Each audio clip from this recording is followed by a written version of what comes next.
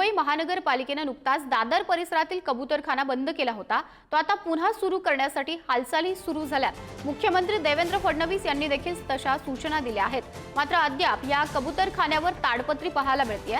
याचाच आढावा घेतलाय प्रतिनिधी शिल्पा नरवडेंनी। पाहूया।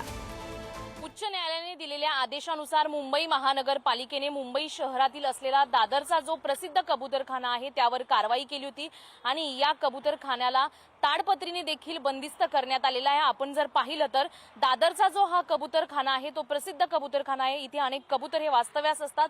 मात्र या कबुतरांमुळे आजूबाजूच्या परिसरामध्ये दुर्गंधी पसरते किंवा इतर जे आजार आहेत ते आजार होत असतात आणि त्यानुसार उच्च न्यायालयाने तसे आदेश दिले होते। त्यानुसार मुंबई महानगरपालिकेने तशी कारवाई देखील केलेली आहे।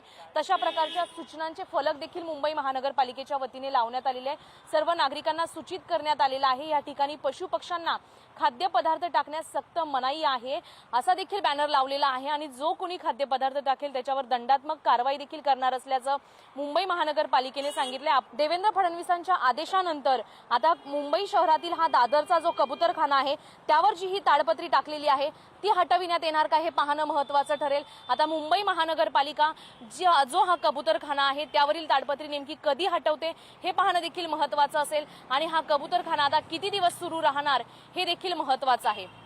कॅमेरामॅन श्रीकांत खरातसह शिल्पा नरवडे, पुढारी न्यूज, मुंबई।